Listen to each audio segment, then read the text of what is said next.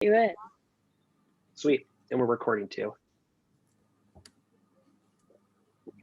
All right, people are joining. Excellent. Welcome, everyone. We're going to get started. We're just going to let everyone comment. I think we have something like 250 registered for the event. So wow, we'll get some larger number. Yeah, sweet. And I will stay as long as I possibly can, but I told Teresa it's our first week. So, and we're shooting in 2 days and there's a lot going on right now. Just Thank you man. for being here.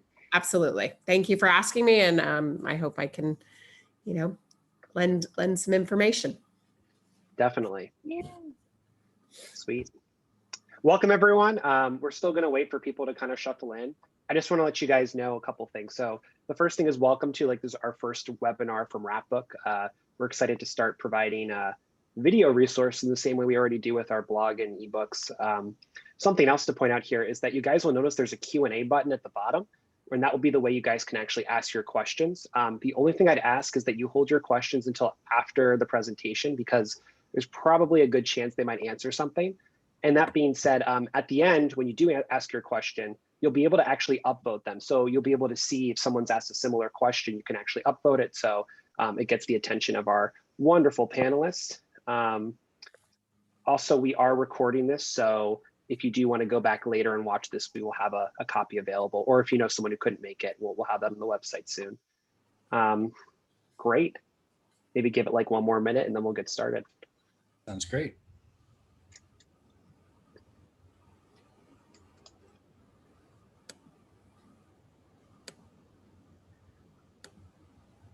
Hope everyone's doing well with lockdowns and everything. It's been crazy. Yeah. Well, and I'm surprised that they've reopened the restaurants. That's all I can say. So I know a lot of people are happy about it, but yeah, mixed feelings for sure. Definitely mixed feelings. I haven't been to a restaurant since March of last year. I haven't either. I haven't even outside dining. Nope. Yeah. I was a pretty good cook to start with, but now I've become much better. I was like, I need Indian food, and I went for I got a new cookbook. And did you fall into the sourdough bread trap? Because that's you know what? I haven't done it yet, but I'm going to before this is over. No, haven't done it yet. We tried, and our starter didn't work so well. My daughter and I think, failed at it. Oh my God.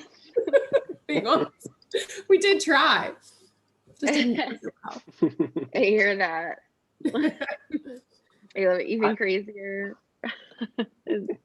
is trying to run productions during the pandemic. Yeah. Oh, definitely. The unprecedented times of a pandemic with trying to do production is crazy. So. Oh my God. The budget. The testing. Somehow we're doing it though. It's all the guidelines and everything we're going to go over today. Yep. The way we're pulling it off. So, and keeping everyone healthy and working and able to proceed. Yeah. What's kind of awesome is we were talking about doing this webinar like a month ago, and then all of a sudden last week everything changed with the new Appendix J, the new Appendix J, all of the new AMPTP guidelines. So it's kind of really good timing to go over all of it. Definitely. And I think actually we'll get started. I think that registration is very different than attendance, so we'll get started. So welcome everyone to our first webinar on debunking COVID-19 myths on set. We have with us 3 different panelists today. I guess I don't know what the order of how you guys see on your screens is, but we have Teresa, who I see on my screen. Teresa is the owner and founder of Safety Compliance Services, which is a staffing agency for COVID onset officers, a consulting agency, also kind of facilitating testing as well. With her, we also have Sean on here, Sean Akers, who is operations manager at Health and Safety Services, Safety Compliance Services. And then finally, we have our friend Cari, who's a COVID line producer, COVID manager, kind of going from production to production, advising people during the pandemic. Yeah, so I'll turn it over to our panelists first, who are going to start off by kind of diving into what are some of the things they're seeing right now. And also with the vaccine and the fact that we've been here for a year now, where are we going? You know, what have we learned? What are the best practices? So I'll let you guys kick it off. Great, thank you. I'm going to pop up the share screen, but anybody have anything to say before we start into the presentation? I'm excited. That was super easy. All right, here we go. Safety. And play. Hang on. Cannot see the play button. There we go. Hate when that happens with Zoom. Oh, perfect. Oh, good. I guess we can start with some of the simpler PPE changes, especially with the new Appendix J. This all started about a week and a half, week ago, whatever, with the new Appendix J. It's requiring face shields for more people on set. Oh, Sean, 1 second. I think it might not be sharing. I don't know if anyone else can see, but I only see on my end the not the presentation, but the keynote. Okay. Is that the case for you, Teresa? Yeah. Super fun. Technical difficulties. Technical difficulties per usual with Zoom. Our lives now. Yes.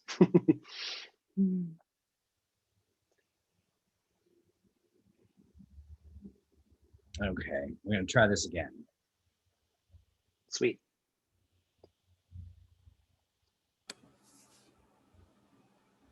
How about no? No. I think you have to share the presentation screen. That's what happened last time. Okay. If not, we can just scroll through the slides. Can you see that now? Yep. Yeah, that's correct. So we're getting some advice from everyone to share your desktop versus a screen.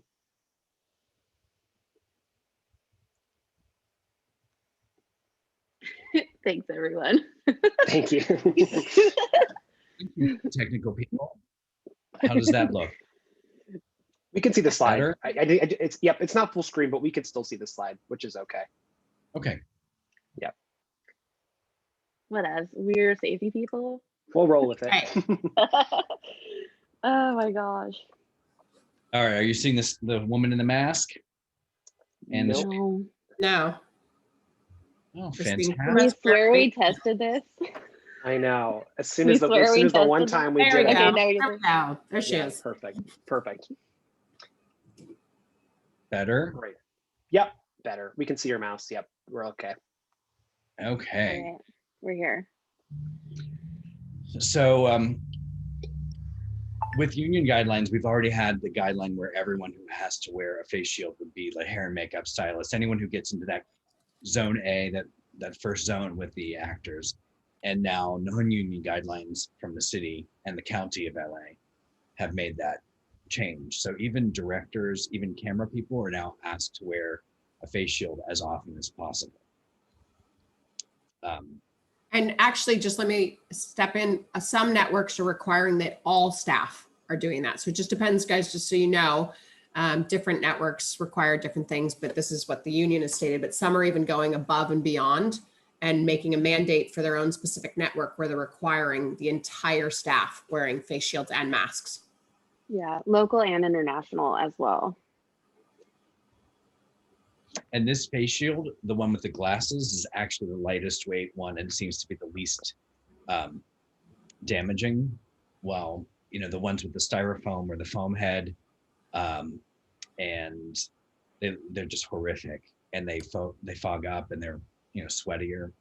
I've seen some people using goggles and safety glasses. I think that's also pretty reasonable, as long as it's covering your eyes and you've already got the mask on. I think that's pretty reasonable. But I don't, if the production goes above and beyond and says they have a requirement, we obviously have to follow it. But our basic requirement is just anyone who steps into that 6 foot zone with unmasked talent.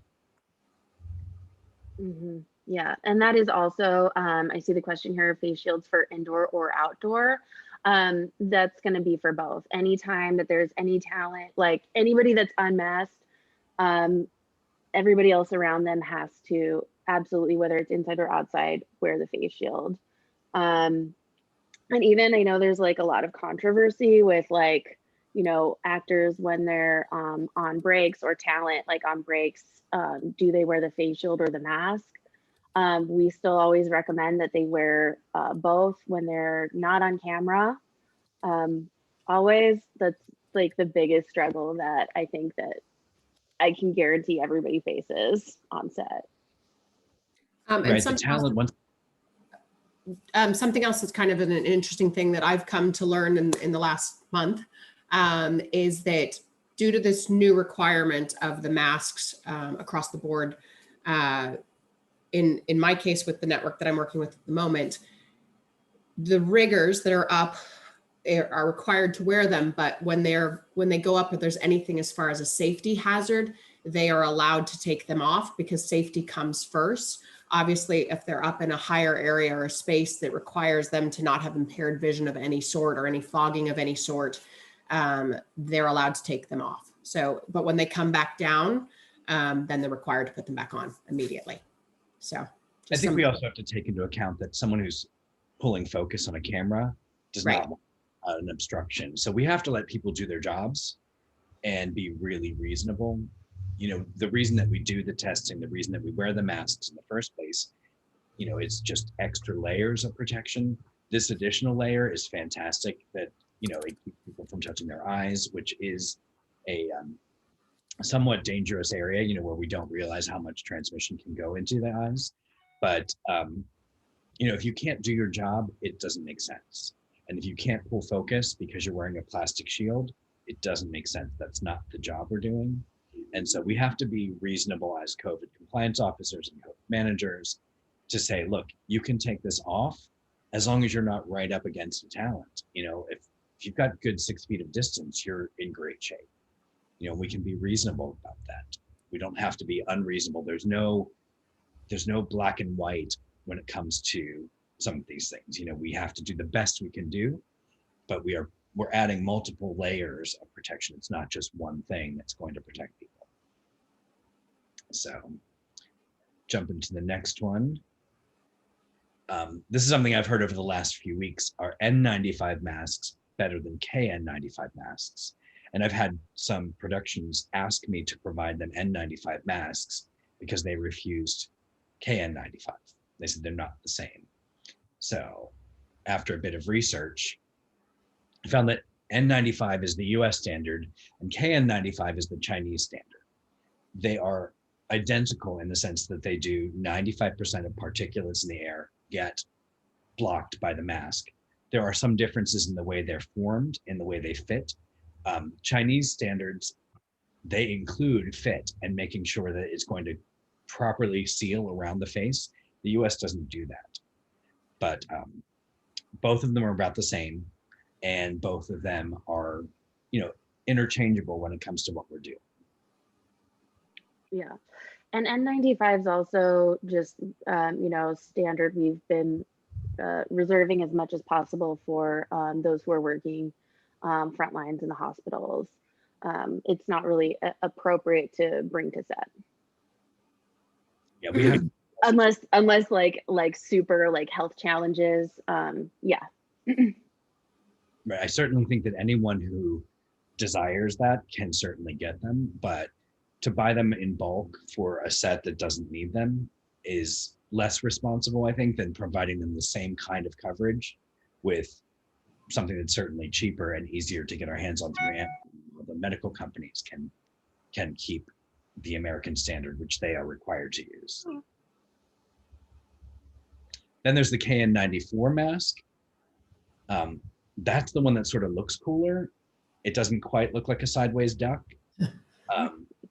But this mask, the 94, means that 94% of particles are being blocked, which is great. It's actually better than the surgical mask and better than a cloth mask. And it's super comfortable. So, you know, pro KN94 on the set. I would much rather have that than someone who's trying to get away with a bandana tied around their face, which is an absolute no for me. And that goes for most sets, actually. We actually put a statement on our thing saying no gaiters, no bandanas. Those are not, and we specify the masks, the specific masks that are allowed. And obviously all PPE is provided for production, or by production, I should say.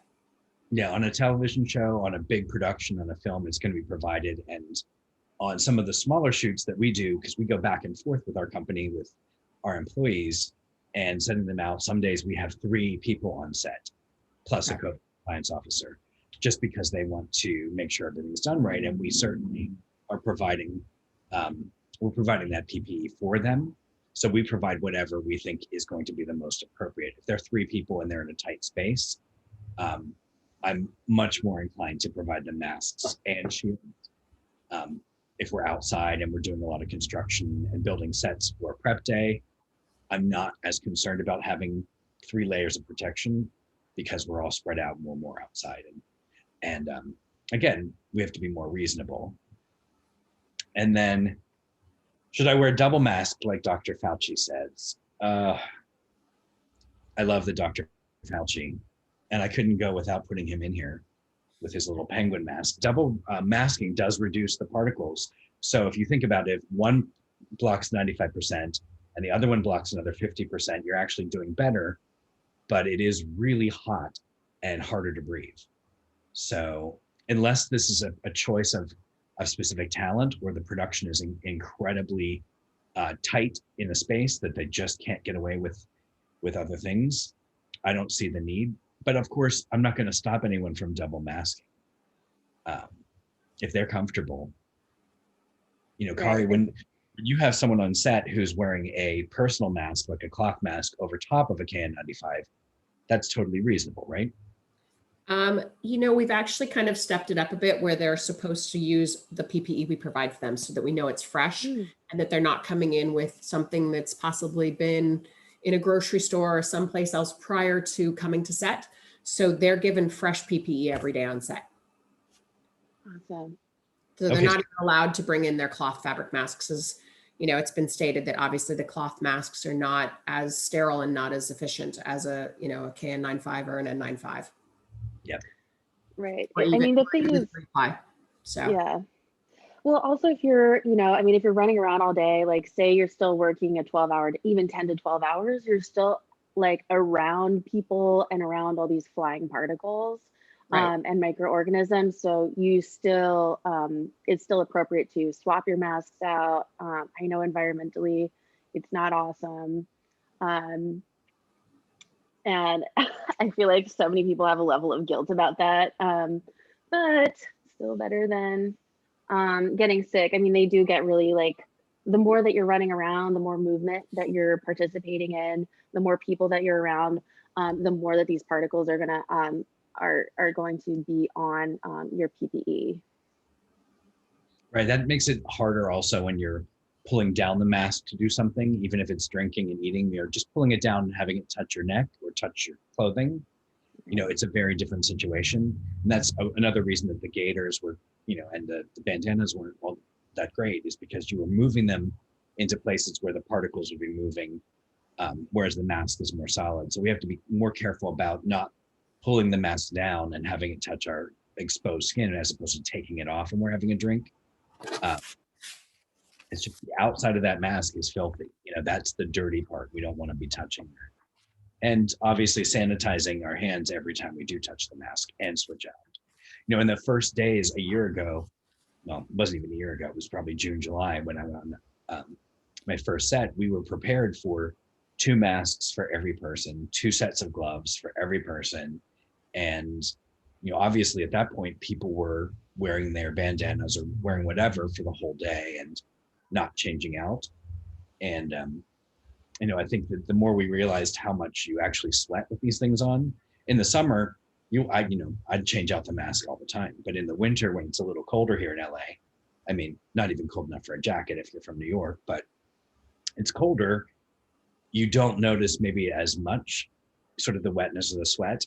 So it's still sort of good protocol that maybe even after lunch, you have a switch out and have your PPE ready at lunch. Just create a system. I'm sad that we're missing all the good transitions in these slides. Should be wearing gloves. Again, when we started, we were prepping to give everybody gloves, but the glove situation sort of got a little messy. You use the gloves for handling food, use gloves for touching props that have been sterilized so you can hand them off to someone else.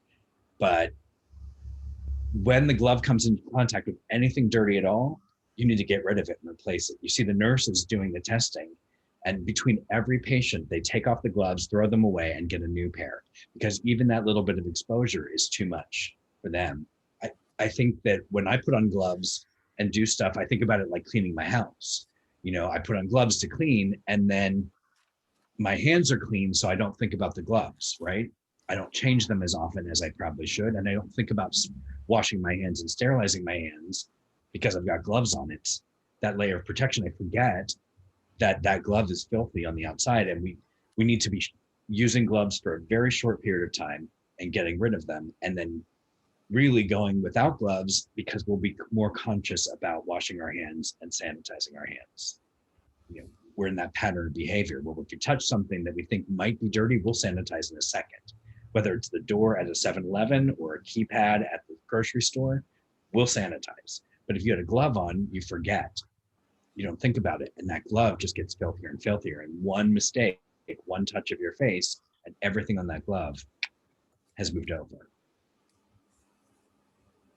Sean, you actually had a great metaphor for this about picking up after a dog, right? Sort of, yeah. When you're, when I have a dog new, and when you pick up after the dog, you're not using, you fold that bag back over. You're not putting your hand in there again. It's filthy. You're not going to reuse it. You're not going to take it around. That's the kind of filth we need to think about when we have gloves. And you hand out food to people, that's fine. If you're the, have a PA behind crafty or catering that's helping with that stuff, that's absolutely a time to wear a glove, or one on each hand. But other times when you're out just in general work, you don't think about cleaning that much. So that's where I'll throw that out there. Do we have to eat outside? That's one of the biggest concerns we have, I think, across the board, is how do we participate in the safest eating when the weather is bad, when we have inclement weather, when we have 15 inches of snow in New York, or we have pouring down rain in LA, that one day it happened, ever. We still have to follow those guidelines that catering and crafty have to be done outside. They have to be served outside. They have to be eaten outside. Some of our compliance officers are, they're adamant about not letting people even take a sip of water if they're inside of the stage. I feel like if you're distant more than 6 feet away and everyone's gone through the proper testing, then having a drink inside while you're working seems like it's reasonable. But I have officers who will literally walk up to the producer, the director, whatever, and say, do you mind stepping outside to do that? So it's really a comfort level in actually judging the set to see if that is even safe to take a drink of water inside. Cari, on your sets and on big productions, are you pushing even the water situation to be outside? That's something that's actually been put into effect this season. Leading up to this, the other two shows that I had done prior to this, they were allowed to drink water inside. It's now gotten, obviously the rules have gotten stronger, and we now have specific designated drinking break zones where there's drinking sections, and then there's also designated eating zones. So those are even two separate things. They're not even the same. So there's a break zone that's where you can demask, or you can drink, where there's, stickers on the floor where they're 6 feet apart, where people have, there's a safe space where you can take off your mask and drink water, or just simply get air where you're giving your face a break. But then we have completely separate from that designated eating zones too. So. Right. And with a lot of sets, they have a designated smoking area that's also of that ilk. We have that as well. Yes. Take off the mask, smoke, and then, clean up, sanitize, come back in. But, it's about distancing, and it's about making sure that you are doing the right thing while you're out there. And exactly. so that mask doesn't get set down, get dirty, get, touch other things too. So when we looked at zones, when we're planning and prepping, we obviously look at zone A for the talent area, the zone B, the rest of the set, people who are in production offices. When we're planning how to do testing and we're planning how to do all the coordinating, we also have to build into our floor map and our exterior map of the stages. We have to build in a zone that is for drinking now, or a zone that's for crafty and eating. And if those tables are being used over and over again, we have to make sure that we clean in between, that we sanitize the tables, that we sanitize those areas. I know a lot of the rental houses had giant plexi pieces that they would put up between people so they could fit 4 people at a table. Most of the time I'm seeing more of the 2 at a table with a longer table, or single individual tables separated, spread out.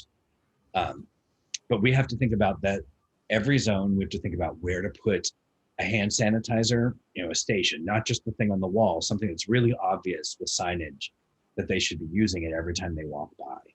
And, rental houses are doing great about providing those, the hand sanitizing stations, the hand washing stations, so that you can do all these things as you just move around the space, things that you normally would have done only, maybe going to the restroom and washing your hands, and saving that space for actually using the restroom and not having to go into that space just to wash your hands or just to sanitize, just to do those things.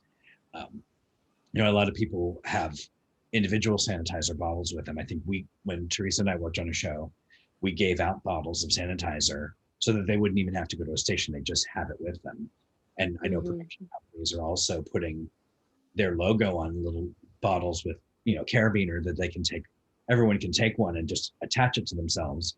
And, obviously it's advertising for that production company and reminding everyone who does the work, who's providing these people. But it's great because you literally don't have to do anything. You just grab it and go. I carry it on my belt when I go to the grocery store, I go to an ATM. Every time I fill up with gas, I see that production company's name on that piece. And I'm like, oh, of course. And I keep refilling that bottle because it's nice. It's got the little hook on it. So it's a really good idea, actually. I haven't seen that. I mean, I've seen them, but not on sets yet. It's a really good idea. Yeah. We give individual packets of like the 10 packs. So when they come in, they do their health screening, everybody's handed one of those. So they have their own individual pack of hand sanitizer, like the wipes. Yeah. So we do that, but I like the carabiner with the little hand sanitizer on it.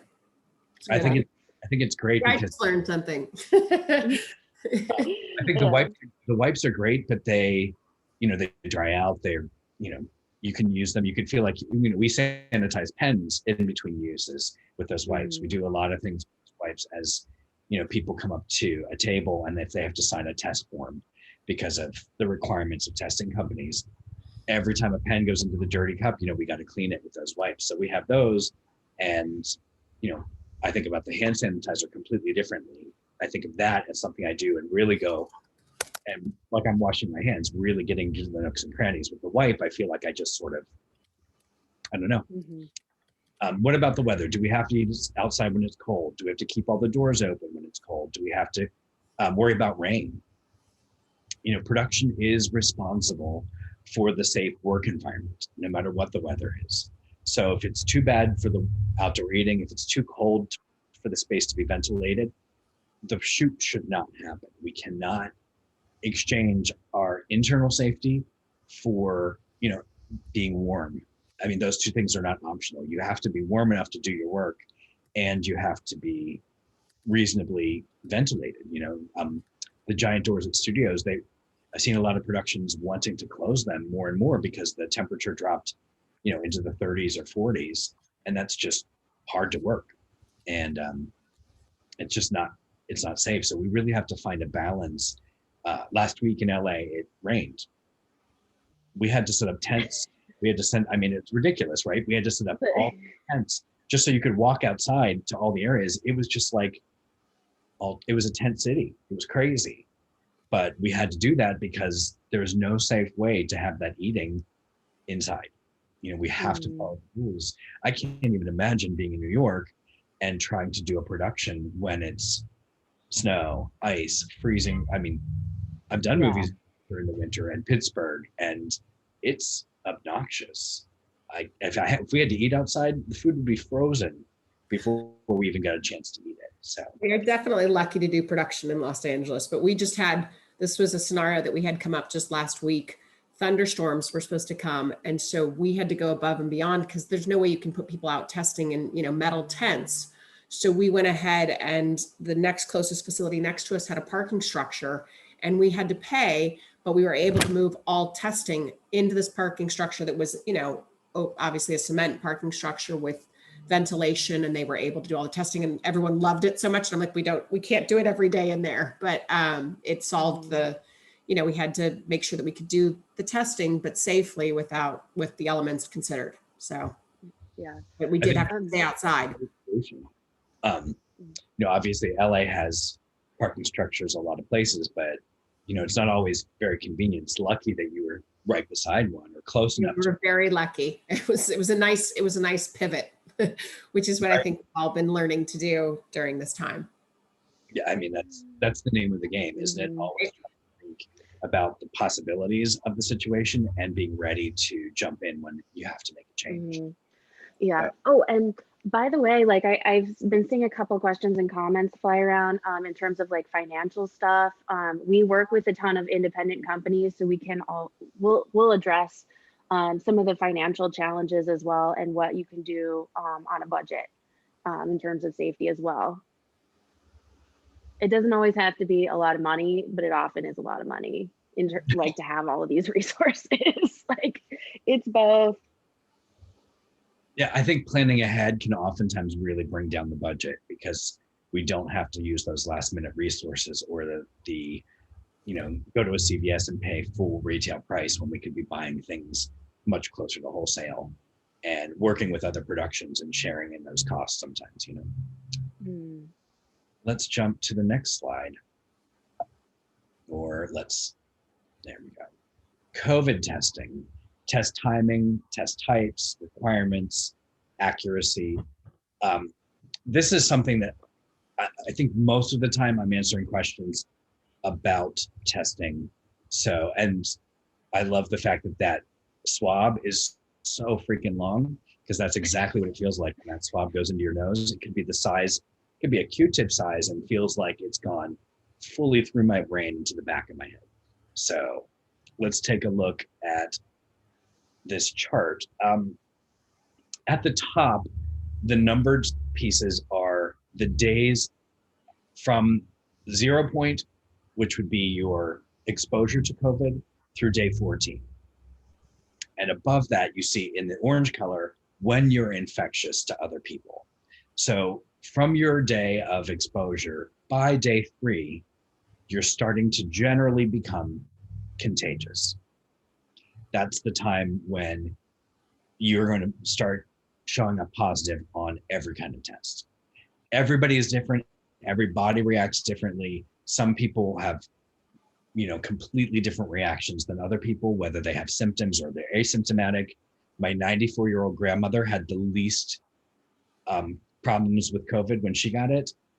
But my sister, who's young, healthy, goes to the gym, complete opposite of me, and she had the worst of the COVID when, her kids brought it home from their sports activities. So she was down for like 8 days, just horrible, feeling terrible, and never wants to go through it again.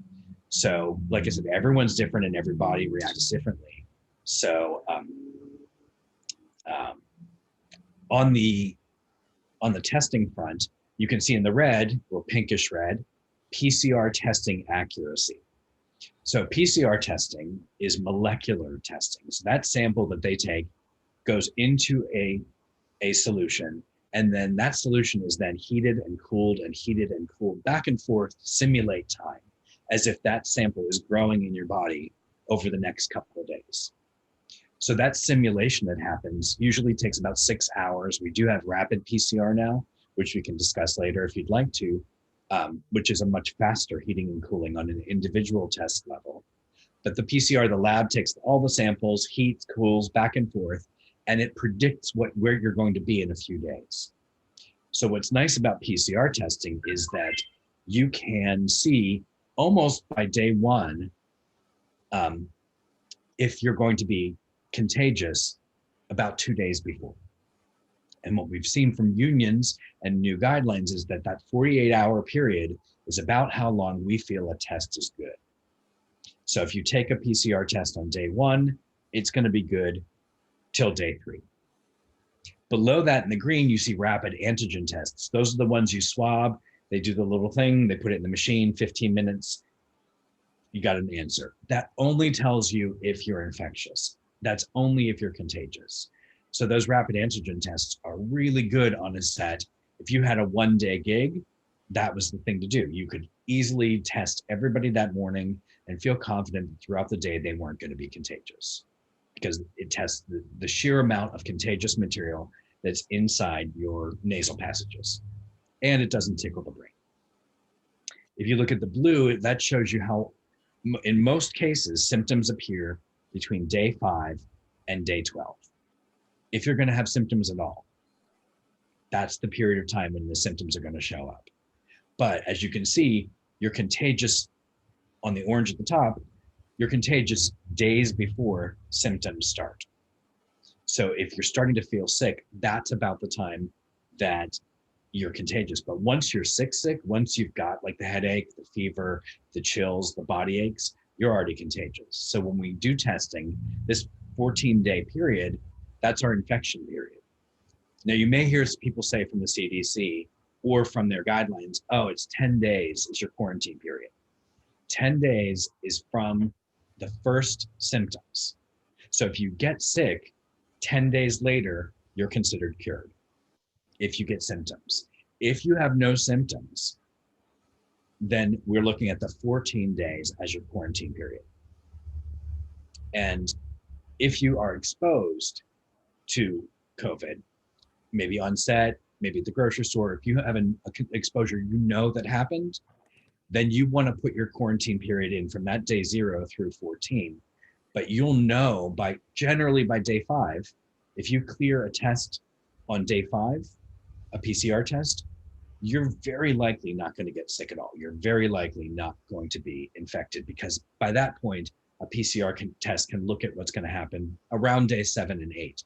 And if it doesn't see anything in your system, you're good.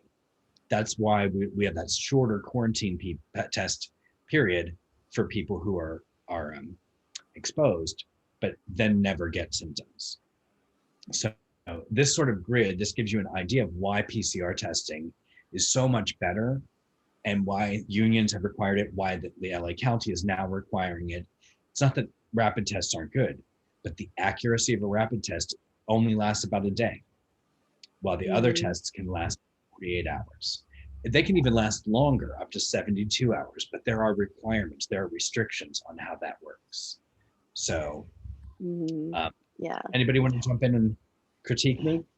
I don't want to critique you, but I want to add, I mean, I think that PCR testing is awesome. It definitely comes with its challenges in terms of, like, if you're lucky and you have a corporate account here in like Los Angeles, Atlanta, New York, like, get a PCR test done in 12 hours.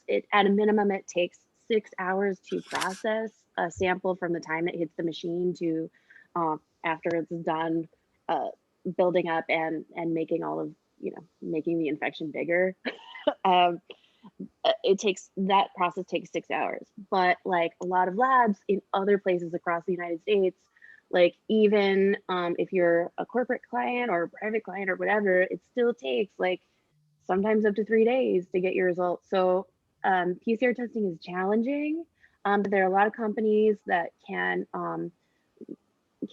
like send home test kits that can help you out that are super affordable, almost like Lab 24 is a great one. Like they'll send, if you get them in the morning, they'll send you a home test kit. You swab and FedEx it back the next day, and then by day 3 you have your results. So I mean, there's options outside of LA and outside of these other places to complete your testing. Well, and I think one of the things that, as far as testing goes, based upon what kind of production you're doing, a lot of people have to travel A lot of our talent is traveling, so there's all of the options as far as if they're traveling private or if they're traveling commercial, and there's a bunch of different guidelines as far as how that goes. But as you stated, Teresa, there are we've had to do testing for talent 48 hours before they get on a plane to make sure that they're, that they're qualified to work for the network standards prior to them even getting on the plane. And in that case, they've been in Utah, they've been in, Boston, they've been in Nashville, they've been in all different kinds of, locations. And that has been one of our resources, is sending them these kits and then hiring a nurse locally, and then having that nurse take it to FedEx and getting it back to our lab that they know that we have a lab here in LA that can turn it around in 6 to 8 hours. And so a lot of times we're finding that that's our best option. So it's just something to think about, and something that, I've gone through and experienced and had to deal with. So I think that these home kit ideas, having the kit is great. I think one of the things that we need to be very certain about with production is that the kit's used correctly, that the swab itself is done correctly, even if you have to be on Zoom, right, or with a a nurse chat to see what they're doing, that they hold the swab at the right place and put it the whole way in. They're not faking it. One of the things, it's not that I distrust people, but I distrust people. When people are willing to go out there and not wear a mask over their nose, and they think they're okay, that they're doing it right. When people are looking at a big paycheck for doing a job and they have to qualify for a test, what makes them just not wave that thing, pop it in, not even put it in their nose? We have to be sure that we keep people accountable as well. I mean, certainly if they tested positive when they landed, they'd be in deep, deep trouble. But I don't want to be in a position as a producer on a project, which, I mean, Teresa and I were producers before we got into this. And because of the pandemic, both of us found ourselves in a position where we didn't have work, and thought this was a smart way to use what we know about production and what we know about safety, and the idea that we can combine those two and help get the entire industry back. Because once the industry is back and running and things are smooth, then my level of indie movie will actually be able to function, right? So I think about this from the side of a producer, how to organize, how to make sure the budgets are smart, how to make sure everything is done the most effective way to make sure the whole thing works. So every element of this has to be really investigated. And I think one of the things that we have to do is realize that the COVID compliance officer is on set, because we don't trust that people are going to do the right thing unless they're watched. And when it comes to a home kit, as phenomenal as they are, we also should just make sure that we are watching the sample, watching them take the sample, just for the best outcomes, because we don't want to ever be in a position where it's not accurately sampled and they are positive, and they do go to an airport, they get on a plane, they fly, and it's useless and a huge waste of money. I'd rather spend the money on an accurate test and know that I can't use that person and replace them. So, if people were really good about doing all this stuff accurately and correctly, we wouldn't be in this position in the first place, right? People would have been much safer at home. They would have been following more of the guidelines about how to keep themselves safe and their family safe, but they don't always listen, All right, enough preaching. I'll stop. Guys, I have to jump. I'm sorry. I have 2 CCOs in medical trying to get me. And I was like looking down and they're like, we need to call you.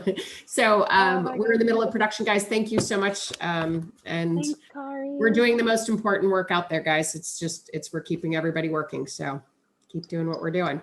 Thanks for joining us. Sorry, Thanks for joining us. Thank you. Absolutely. Bye. All right, guys, you're stuck with just us now. Yeah, and just to goal set. So we're going to go through some myths now that are that we're going to run through, and then after that we'll have a Q&A section where we will get through your questions. And I see you guys are adding them in the chat, which is excellent, and definitely upvote the ones you definitely want to hear from. So appreciate that. Thanks, AJ. All right, so quickly on the myths. Once you're vaccinated, you will not be contagious to other people. I've been hearing that a lot. It's absolutely not true. All crew members still need to wear PPE. They still need to be tested. Vaccines, as this system works, they're going to protect you from the protein that surrounds the virus. They're going to give you an immunity to that protein. That protein protects the virus. So once you have that immunity, you can break down the virus much more quickly, and your body will react the same way a person who has no symptoms would react, but you're still going to have COVID. And so if you do get exposed to COVID during that time, your body may fight it very quickly, but you still can be contagious to other people. So we still have to treat vaccinated people exactly the same way as we would a person who's asymptomatic.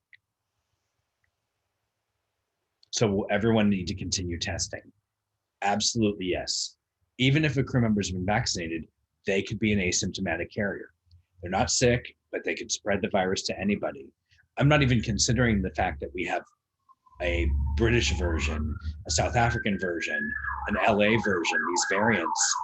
Sorry, I obviously live in LA. And the disappointing part is none of these viruses actually have the British accent or the South African accent. So we actually have to genetically test to see what variant it is. And we don't have enough testing to see if those variants are being tested, being covered by the vaccines. We don't know a lot about these new variants. So we still have to continue testing, and we still have to continue monitoring people for the protection of the rest of the crew. If you're vaccinated, will you test positive then because of the vaccine? Will you show up as a positive because you have this immunity? The answer is no.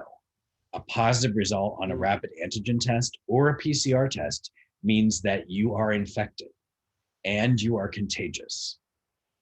So even though you may be feeling great and asymptomatic, you're still contagious. You can't come to work. So don't let people who say, oh, I've got the vaccine, here's my little card, I've done it twice, I'm good. They still have to go through the process. They are going to become more lax, and we need to make sure that everyone stays on the ball. They have to make sure that they continue the same level of safety at home and outside of the set and on set that they have before, because they're not the only person we have to worry about. Their health, their safety is great because of the vaccine, but everyone else's health and safety is still a priority. So they can't relax the behaviors that they've had, which sucks because we do want to get all vaccinated so we don't have to wear a mask anymore. I want to go to a coffee shop, desperately want to sit and have coffee at a coffee shop like a normal person. But, I can't pretend it's the before times just because I've gotten my vaccine, which I haven't, by the way. But if that's the case, I can't pretend that I'm the only person that exists and I'm the only important person in the world. And as producers, we have to think the same way. Every one of our crew people is equally important, and we have to protect them, and we expect everyone on the crew to do that. Absolutely. It's true. I mean, look, we don't know that much about the vaccine as well with all these variants. Like, even even if you are vaxxed, you could still get sick. So, I mean, what? All right, so when do we need to test? And this was all animated and super cute. Okay, so we need to test 48 hours before a shoot. So if your shoot looks like this, you start in the 10th and you work the whole way through. Oh, well, that was my animation. It would have been super cool. It would have been amazing. It would have been, but let's look at this as an example. Your pre-test is on the 6th to start on Monday the 8th. That means that you have a day on the 6th, which is not a work day. It's just a testing day. In a union situation, you're going to have to pay those people $250 to go get tested on a non-work day. So be prepared for the pre-test costs for union workers. For non-union workers, you do not have to pay them for pre-testing. It is a requirement of LA County to do it. It is a requirement of the production to do it. And everyone who's on that production should be willing to pre-test. And we have to balance out, making sure that they can get to a place to test, that it's easy, it's convenient. It's not going to take an hour to drive each way, and that the results are going to come back fast enough. All of the things that you would normally do, we still, on a non-union production, need to do the right thing. This guideline on screen right now is union. So if you look at this, a Monday, Wednesday, and Friday test, that pre-test covers you through the end of day Monday. Mm-hmm. The Monday test that you take covers you Tuesday and Wednesday. The Wednesday test covers you Thursday and Friday. The Friday test covers you for the weekend through Monday if you are in what we call cadence. Once there's a pattern of behavior of testing, a testing cadence, then you're allowed to skip the 72 hours. But if you look later, that Friday test on the 19th would be useless for the 22nd. So that test literally needs to be done on a non-work day on Monday to be ready for Tuesday. So all of a sudden you have an additional $250 cost because you're making people go test on a day down. Mm-hmm. So you need to look at your testing cadences, and you do not test on this Friday, the 19th. It is an absolute waste of money. You know, we were working around Christmas time, and we worked 2 days before Christmas. And if the union guideline was test 3 times a week, it was on our guideline to test the Wednesday before Christmas. We didn't work Thursday and Friday or Saturday or Sunday. So why would we test the day before that? So taking out a Wednesday test before a holiday saved us a lot of money. We didn't test when the test would be useless for work. We tested only when we needed to test. So if you're not working a full week or there's a holiday in between, you just have to rework the system. So if you have to test 3 times a week, you have to figure out when that test is going to be the best for your system. You know, so this Friday test, again, Monday test is good for Tuesday, Wednesday. Wednesday is good for Thursday, Friday. A Friday test is useless. Pull that test here. Mm-hmm. Yeah, and that's zone A. Everyone like zone A, close to talent, those people are testing 3 days a week. Zone B is still at 1 day a week. Those were kind of working on the outskirts of production. Some productions are pushing it to 2 times a week because like in Los Angeles and other places where, you know, there's such a high spike in cases. So 1-2 times a week, safety 2 times for zone B, but standard under the union guidelines, it's still 1 time a week. Right. So here's your $250 fees that are going on top of all your testing costs. That's something really good to know on a union job, that you're going to end up forking out $250 to every union member for those days. And there's nothing wrong with that. It's just that you have to know that for your budget. LA County demands a minimum of testing once a week for everybody on set. The safest way to do it is to follow union guidelines and do it 2-3 times a week. Follow what the unions are doing because they are the ones who are absolutely doing a great job. We've seen it in articles in Deadline and Variety that there are some really crap things happening in Hollywood, and there's a lot of people who are getting sick and being exposed. But those things are not necessarily happening on union gigs because the union restrictions are so high and the testing is so well organized that even if someone does end up feeling sick and going home, they haven't exposed anyone else because the time that their test covers them for, they stayed within that time. So we know that these tests are really working.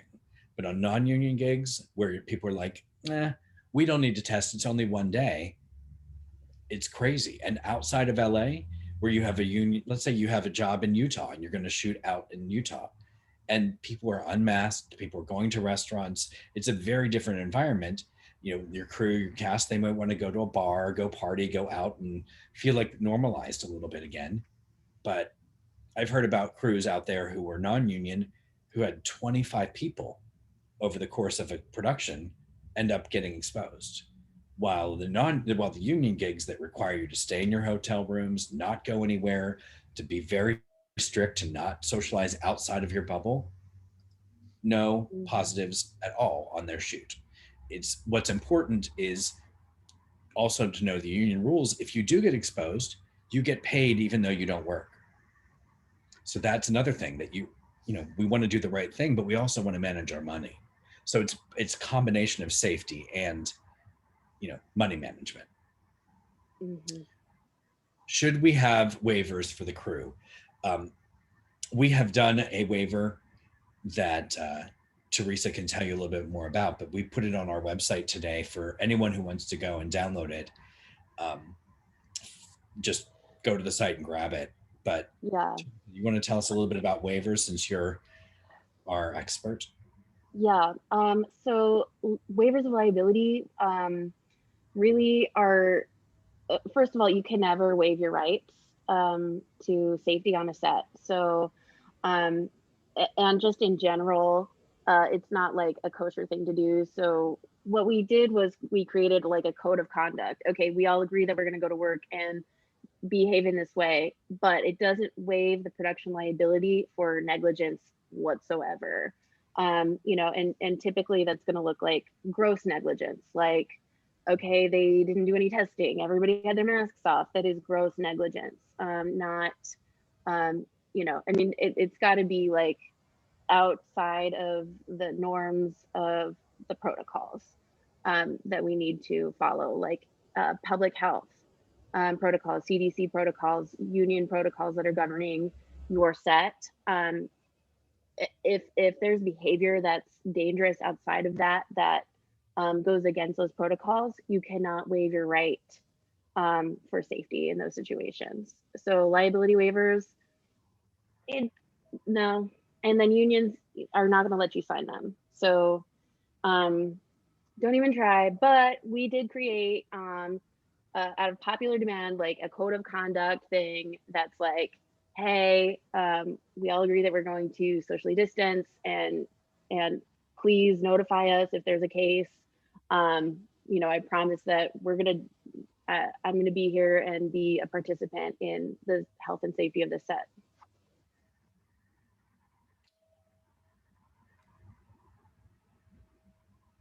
Oh, look, there's a slide for you.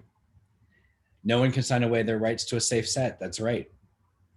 I think that is super important that we notify that you just can't, you can't have a waiver that allows a production to just do whatever they want.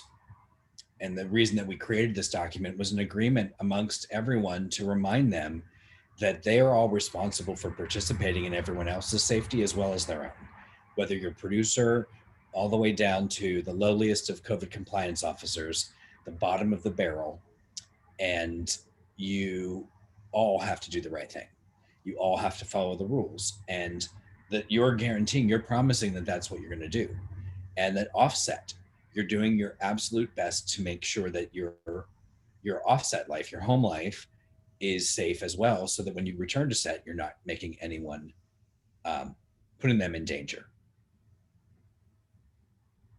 Best practices for testing. This is just something that we've noticed along the way. Have breakfast outside while the crew waits for their test results, especially if you're doing rapid testing.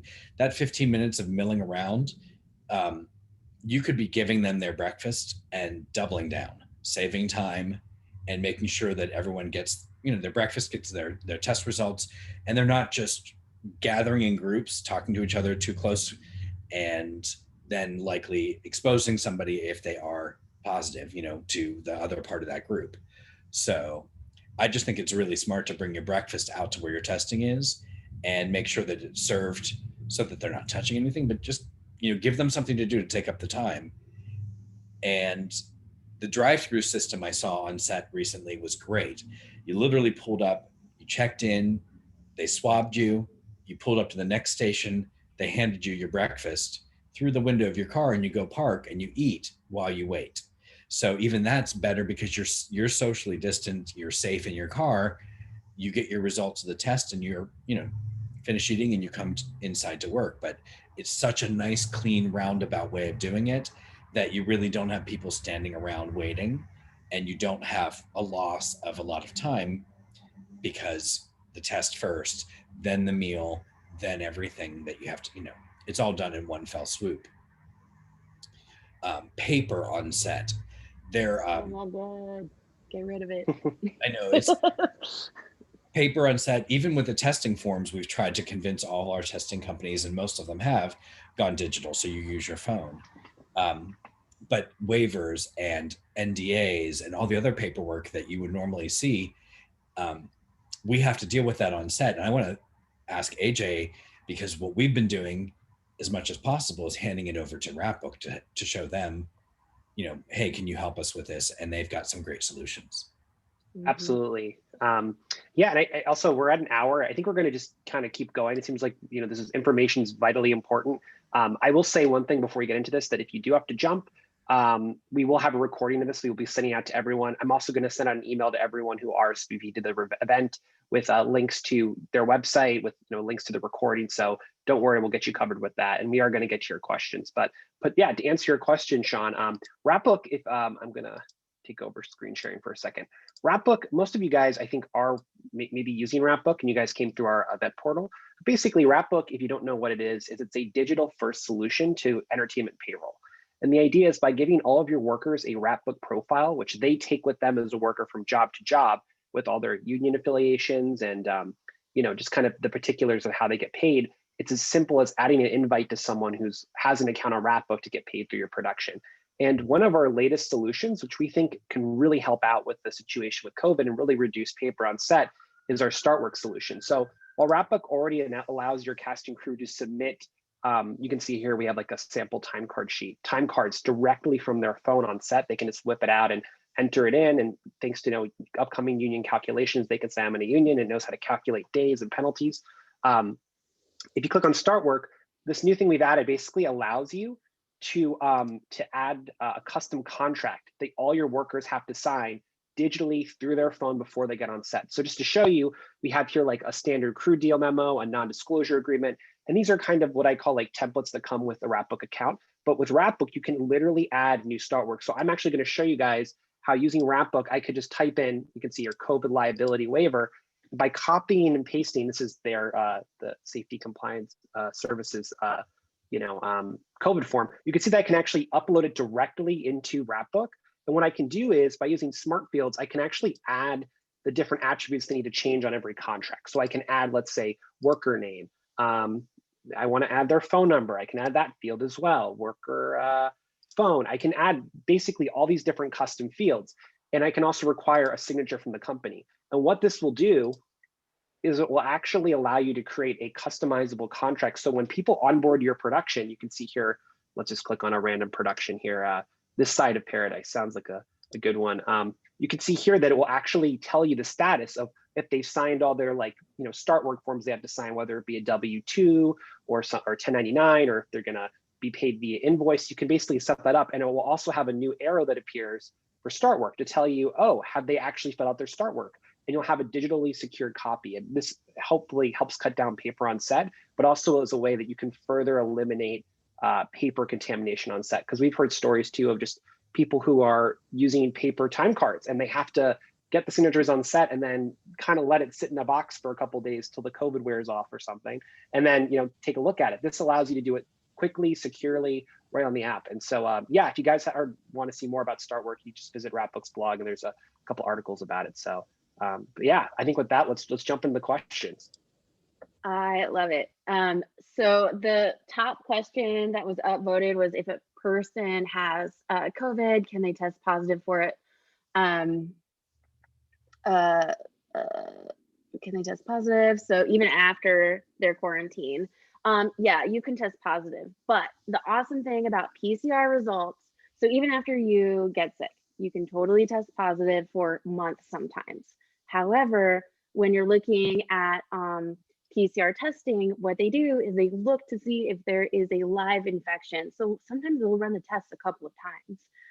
And that's the awesome thing about PCR testing and why that is so important, because you might still have the antibodies, but they'll be able to see it. Okay. I can also jump in here on the CDC guidelines. Once a person has had COVID, and they are through that 10-day period from the time that they get symptoms to the end and they're over the symptoms, they feel good. The CDC says they don't have to test again on set for 3 months. So they don't have to test to prove anything at that point. If you were to do a restart for another job or a pre-test, you'd have to talk to that producer and explain the situation and show them that CDC guideline. But if you're on a consistent job and you're out because of COVID and you come back, you don't have to test again. You are considered cured and you are considered essentially not able to get COVID. So they're not going to pay the money to test you again for 3 months. Now, we've seen antibodies last a year. We've seen them last a little less than 3 months. But the fact is the CDC's guideline is what we have to follow. That's the union guideline. They defer to the CDC. So you do not have to test a person who's come back from being sick as long as they finish their quarantine period for 3 months. Wow. Yeah, and you can expect to pay for PCR testing, like anywhere between, like, I don't know, like I've seen like places, and it depends where you're testing, what state or whatever, but typically you're gonna pay about $150 to $275, depending on what your result turnaround is, what lab you're using, but that's just for one PCR test. And if you're looking at like bringing a machine in, you know, you're looking at a whole lot more money in terms of like antigen testing. You're going to pay like $700 for the machine and then like $150 per test after that. So it's not cheap. It's better to find a lab that you like and get in there with them and try to make something work in terms of finances. And especially like the PCR testing, definitely recommend that way more than the antigen, but Sweet. I think they're both very useful for sure. Yeah. The antigen test has a great place on doubling up on safety, or if you only have that PCR test once a week because of your budget and the fact that you're non-union, having a rapid test on a specific day when you want to make sure everyone is super safe, or you have a piece of talent coming in only for that day and you want to just double down and make sure that they feel super confident, that's where I feel like it's even better to have that done. Fritz, you asked about leaving studio doors open with color temperature and photography and video. Absolutely. With the lighting and with the studio door and even window, you know, with the air, it can be an issue with your color temperature. It can also be an issue with breeze, blowing things in the wind that you don't want. So we put up flags and solids, absolutely. And we block. So I have done that.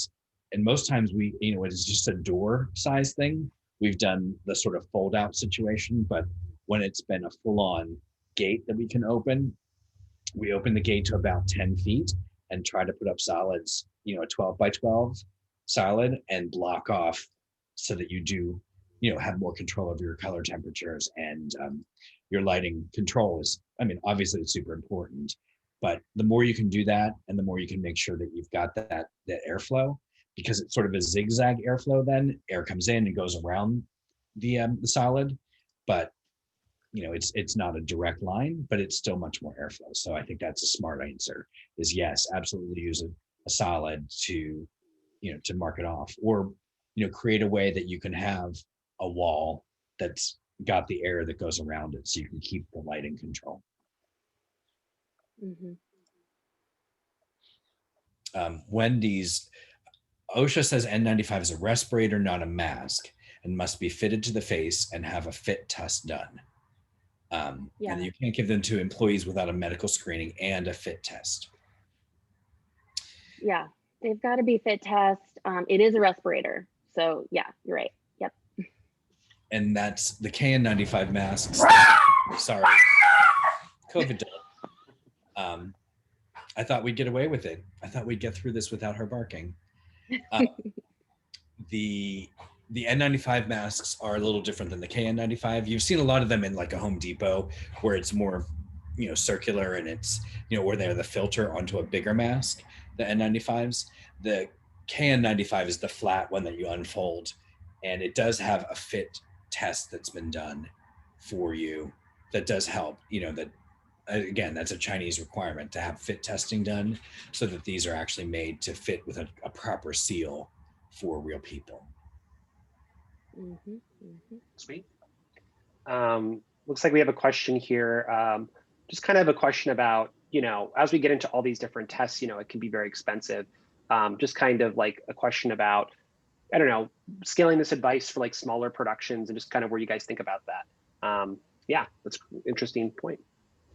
Yeah, so we work a ton with independent filmmakers. We are independent filmmakers, so we're not keen on spending a lot of money. I mean, we've done work professionally in the safety field with a lot of various companies of various scales. But at our core, we are independent filmmakers. So so if we're doing like something with 20, 30 people, like you can get a pretty good amount of PPE for, a couple $100.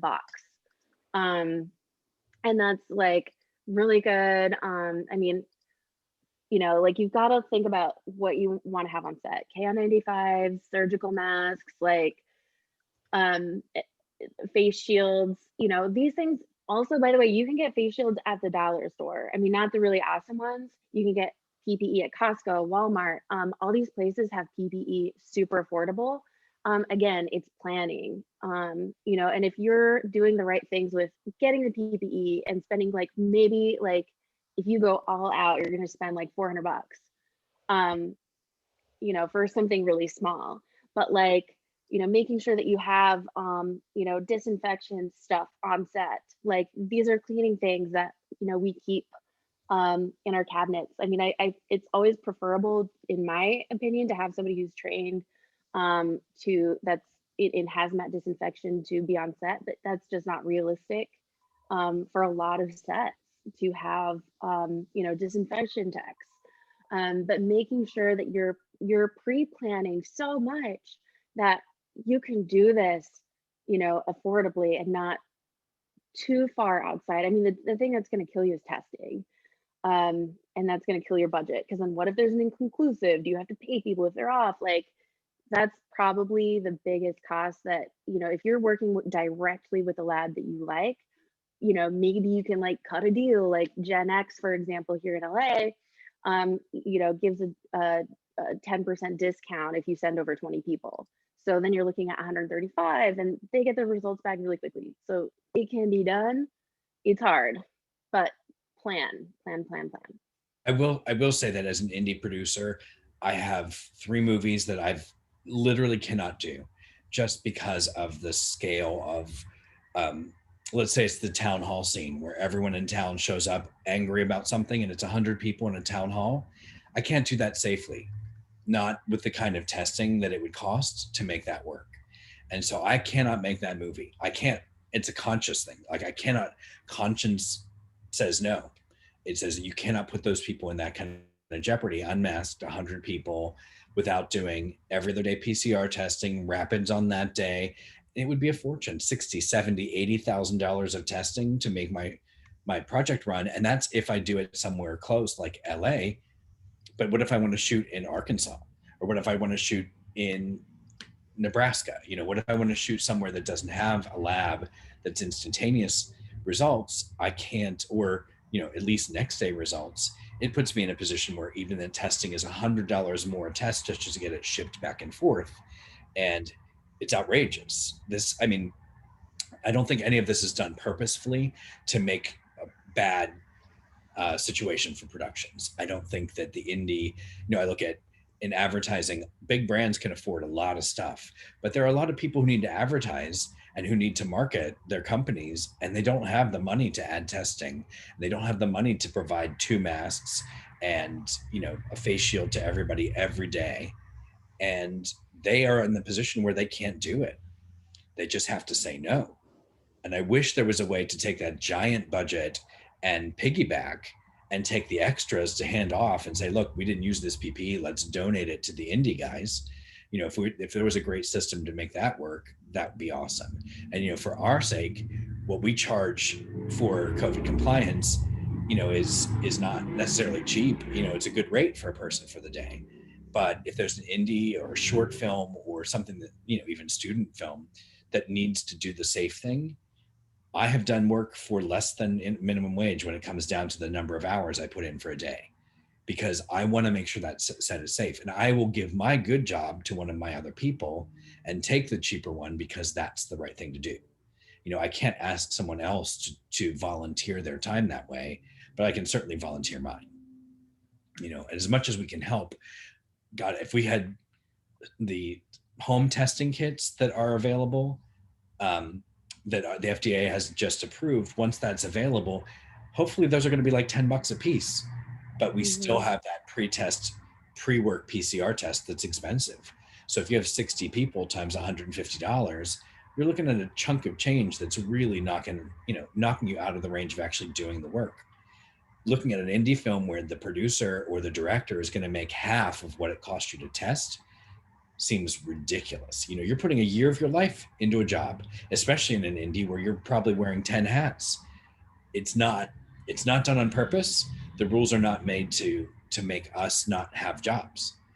The rules are there to keep people safe. And unfortunately, it's just not going to work for some of us, And I hope that I'm sympathizing because I'm one of those people that can't do what I want to do, but I'm very happy doing safety because I feel really good about what work we do. And I feel really good about what we're contributing to the entire industry.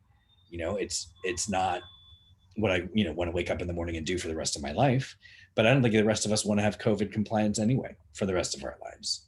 So. Great. And also something to add on that as well, and this is from Jen, which was a great little shout out, is that PPE United apparently offers complimentary PPE to small businesses in LA. So that's great. Maybe that could be something to check out if you're on a lower budget as well. What can you repeat the name of that company? Oh, sure. Absolutely. Yeah. The company is PPE United. That's the name of the company, and it's ppeunite.org. That's how you can find it. I know we're running over time. I feel like maybe we should answer 3 more questions, Sean, if you want to, and Teresa, if you guys want to pick 3 more you think are. Josh had a good question saying that PCR tests are not infallible. Absolutely true. False positives happen. It's really unlikely to get a false negative on a test, more so likely to have a false positive on a test. On rapid tests, antigen tests that is, and the regular PCR tests, it is more likely to have a false positive than a negative. But yeah, nothing is perfect. And the reason that we do continue with all the other testing and all the other results is, wearing the masks, wearing the face shields in addition to testing, is because they're not perfect. So it is a combination of all those things that make us the safest, but nothing in the testing world, even 99%, it sounds great, but that's 1 out of every 100 that could be wrong. So we might have that one, or we might have 10 of those 1 out of every 100s, because there's so many thousands of tests going on in LA. And think about this, a lab can lose a result. They can lose a test, a sample. So we also have had problems where a lab loses something and the next day I don't have a result for that person. I can't let them on set, and we've had to go to an alternative. I think that can go to Deborah's question, the rapid PCR test. We've had to jump into that. Axiom is a company that we used, AXIOM. Axiom has these rapid PCR machines. They're called CUE. They're about this big.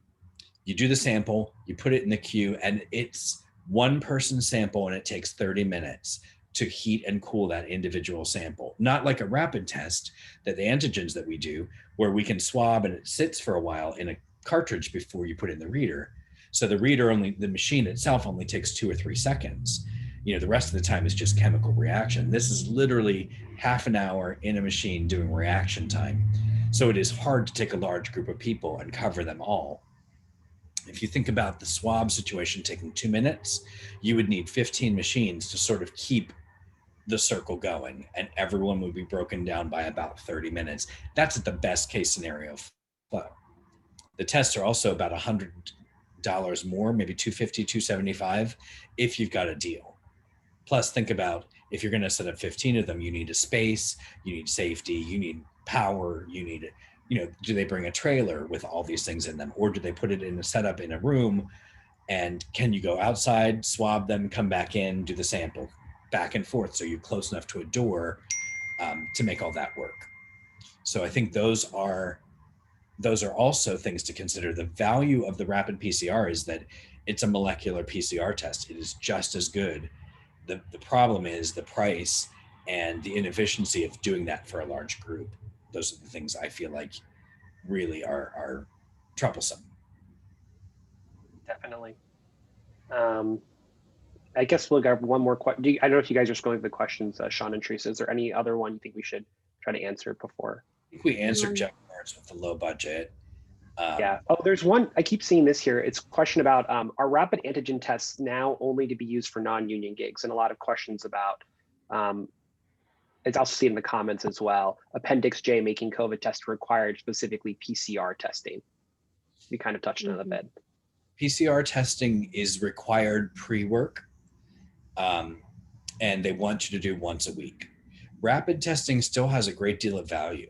Teresa and I worked on a television show, and we used rapid testing in addition to PCR testing on days when we had a very large crew, on days when we had confined spaces, on days when we had big talent that were concerned about their distance and how many people they would be around unmasked. We wanted to add that extra layer of protection. So we did, in addition to the minimums of union requirement, we went above and beyond those union requirements. We went beyond the minimums because we wanted to make sure that the comfort level was there. Again, a rapid test is great for a single day. So if you had a 3-day shoot and you PCR'd before that, you could rapid test on the last day and be very comfortable with all your data. So there are places for PCR, and most of the companies that were doing rapid tests can also come and serve to do the swabs for PCR tests and just take them to a lab for you. You know, they have lab partnership. So it's not just like they can only do one thing. The nurses still have to swab. They still have to know where the swab goes and how deep to go and what kind of sample they need. So I think there's a lot of value to the PCR companies and to the rapid companies that can do that same kind of on-set service, but they are not the same test. And again, a PCR test tells you right now what you're doing the next day and the next day. It's growing a sample over that time. So you've got 48 hours worth of growth data for a PCR test. And the rapid does nothing except for what's happening in your body just right now. Nothing grown beyond that.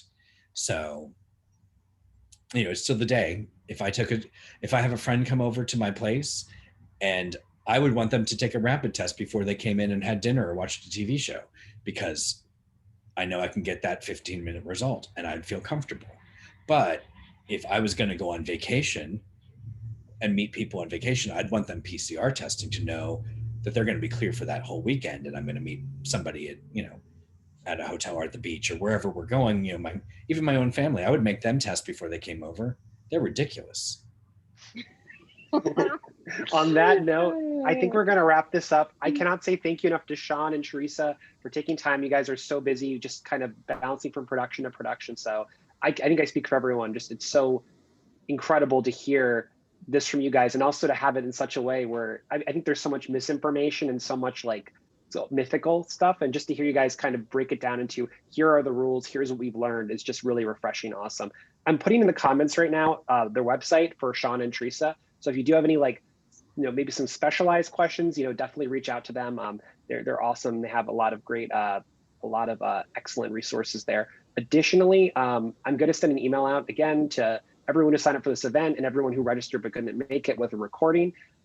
Also, if you guys haven't subscribed to the Wrapbook newsletter as well, highly recommend you do that. That's where we'll be pumping out more events like this, hopefully, and hopefully another one with Sean and Teresa as well soon, so we can talk about maybe other different types of nuance or specific parts of COVID compliance.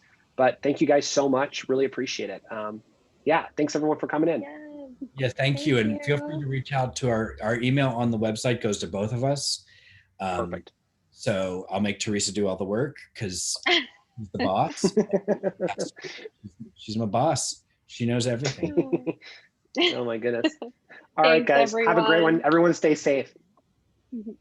Bye. Namaste, y'all.